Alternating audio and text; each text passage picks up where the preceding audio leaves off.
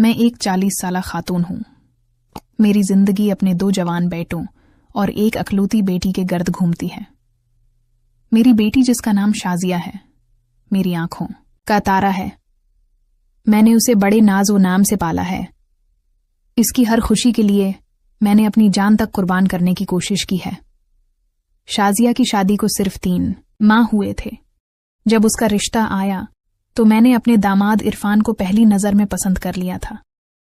باقی باتیں میرے شوہر اسلام اور دیور ناصر نے دیکھ لیں اور سب راضی ہو گئے۔ خیر، شازیہ کی شادی ہو گئی۔ شادی کے بعد جب وہ میکے آتی تو اس کے چہرے پر سکون دیکھ کر میرا دل خوشی سے بھر جاتا۔ ابتدائی چند مہینے بہت اچھے گزرے، لیکن پھر میں نے دیکھا کہ وقت کے ساتھ عرفان کا رویہ بدلنے لگا۔ شازیہ کی آنکھوں میں آنسو نمودار ہونے لگے۔ شروع میں نے سمجھا کہ شاید کوئی معمولی بات ہے، مگر وقت گزرنے کے ساتھ معاملہ سنگین ہوتا جا رہا تھا۔ میں اپنی بیٹی کی تکلیف دیکھ کر خاموش نہ رہ سکی، اس لیے میں نے عرفان کو گھر بلایا۔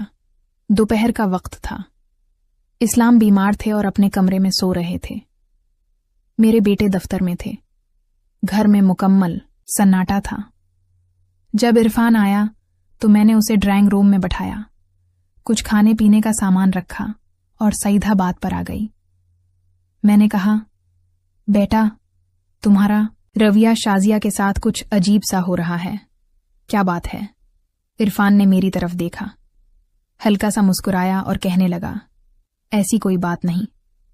پھر اس نے ایسی بات کہی کہ میرے پاؤں تلے سے زمین نکل گئی۔ وہ بولا، سچ تو یہ ہے کہ میں نے شازیہ سے شادی آپ کی وجہ سے کی ہے۔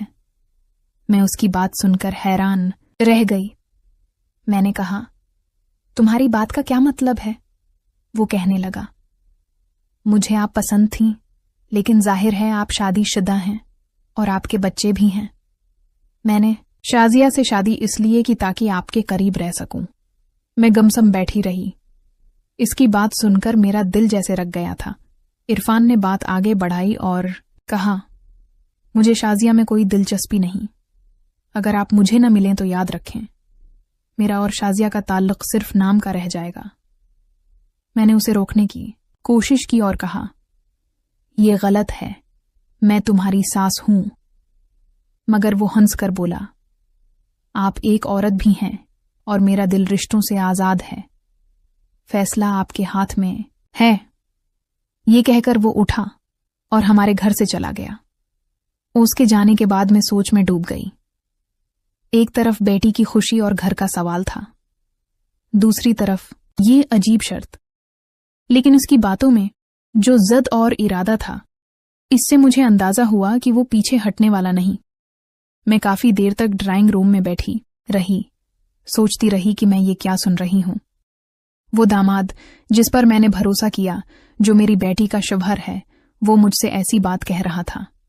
میرا دل کہہ رہا تھا کہ یہ ناقابل معافی ہے، لیکن میرا دماغ شازیہ کی آنکھوں میں بہتے آنسو دکھا رہا تھا۔ عرفان کی دھمکی صاف تھی، اگر میں اس کی بات نہ مانی تو وہ شازیہ سے دور ہو جائے گا اور میرے گھر اور بیٹی کا گھر بکھر جائے گا۔ شام ہو رہی تھی۔ میں کھڑکی کے پاس کھڑی باہر اندھیرے کو دیکھ رہی تھی۔ میری زندگی میں برسوں سے ایک اندھیرا چھایا ہوا تھا۔ اسلام کی بیماری نے گھر کی رونق ختم کر دی تھی۔ میں ایک عورت تھی، میرے بھی جذبات تھے، لیکن میں نے کبھی ان کے بارے میں سوچنے کی ضرورت نہ سمجھی۔ عرفان کی بات پر مجھے بہت غصہ آ رہا تھا، لیکن کہیں اندر ایک خلا بھی جاگ رہا تھا۔ میں نے سر جھٹک کر خود کو سمجھایا اور باورچی خانے میں جا کر شازیہ کے لیے کھانا بنانے لگی، لیکن میرے ہاتھ کانپ رہے تھے، اتنا کہ سالن بناتے ہوئے وہ باہر گر رہا تھا۔ اس رات میں دیر تک جاگتی رہی۔ عرفان کا چہرہ بار بار سامنے آ رہا تھا، خاص طور پر اس کی وہ بات کی، میں نے یہ شادی آپ کے لیے کی۔ اگلے 2 دن میں نے اس معاملے پر کسی سے بات نہیں کی۔ یہ ایسی بات تھی کہ اگر کوئی سن لیتا تو نہ صرف میرا بلکہ شازیہ کا گھر بھی اجڑ سکتا تھا۔ میں جانتی تھی کہ اس کا فیصلہ مجھے اکیلے کرنا ہے۔ 3 دن بعد شام کے وقت میں نے خود عرفان کو فون کیا۔ میری آواز میں وہ شرم تھی جو ایک ماں کو اپنے بیٹے سے بات کرتے ہوئے محسوس ہوتی ہے۔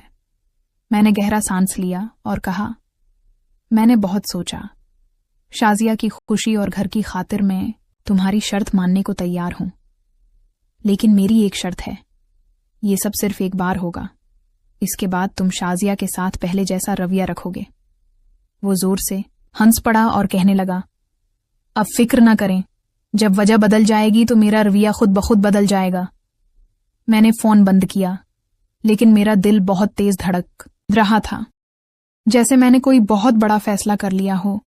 اگلی صبح میں دیر تک بستر پر لیٹی رہی، ذہن میں بار بار یہی سوال آ رہا تھا کہ کیا میں صحیح کر رہی ہوں؟ لیکن جب شازیہ کا معصوم چہرہ اور اس کی نم آنکھیں یاد آتیں تو میں دل سخت کر لیتی۔ دوپہر کو عرفان کا فون آیا۔ اس نے کہا، کل شازیہ اپنی سہیلیوں کے ساتھ پکنک پر جا رہی ہے، صبح 11 بجے نکلے گی اور شام کو واپس آئے گی۔ میں گھر پر اکیلا ہوں، آپ آ سکتی ہیں؟ اس کی بات سن کر میرے ہاتھ کانپنے لگے۔ یہ وہ لمحہ تھا جس کی طرف میں کئی دنوں سے بڑھ رہی تھی۔ میں نے کہا، ٹھیک ہے، میں کل تمہارے گھر آ جاؤں گی۔ جیسے ہی شازیہ نکلے، مجھے فون کر دینا۔ اگلا دن جیسے بہت آہستہ گزر رہا تھا۔ صبح سے ہی میں عجیب کیفیت میں تھی، نہ کسی سے زیادہ باتیں کی، نہ گھر کے معمول کے کام کیے۔ جب شازیہ تیار ہو کر پڑوسیوں کے ساتھ نکل گئی تو میں عرفان کے فون کا انتظار کرنے لگی۔ تھوڑی دیر بعد اس کا فون آیا۔ وہ بولا، میں انتظار کر رہا ہوں، آپ جلدی آ جائیں۔ میں نہا کر ہلکا سا میک اپ کیا، بال سنوارے اور آئینے میں خود کو دیکھا۔ دل میں ایک سوال اب بھی موجود تھا کہ کیا یہ سب واقعی مجبوری ہے یا میں دل سے کر رہی ہوں؟ گھر سے نکلتے وقت ڈر لگ رہا تھا کہ کہیں کوئی دیکھ نہ لے۔ راستہ زیادہ لمبا نہیں تھا، کچھ ہی دیر میں عرفان کا گھر آ گیا۔ اس نے دروازہ کھولا تو اس کے چہرے پر خوشی اور ایک عجیب سی چمک تھی۔ وہ کہنے لگا، اندر آ جائیں، میں کب سے انتظار کر رہا تھا۔ میں نے کمرے میں قدم رکھا، اندر مکمل خاموشی تھی۔ عرفان نے ڈرائنگ روم کے بجائے سیدھا بیڈ روم کا دروازہ کھولا اور کہا، یہاں بیٹھیں، میں آپ کے لیے کچھ لاتا ہوں۔ میرا دل بہت تیز دھڑک رہا تھا۔ اس نے شربت لایا جو میں نے آدھے منٹ میں ختم کر دیا۔ اس وقت مجھے بار بار اپنی وہ بات یاد آ رہی تھی کہ یہ سب صرف ایک بار ہوگا اور میں یہ شازیہ کی خوشی کے لیے کر رہی ہوں۔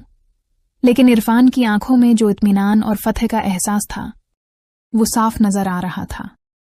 میں نے اس کی طرف دیکھ کر کہا، یاد رکھنا، یہ سب بس ایک بار ہوگا۔ وہ مسکرا کر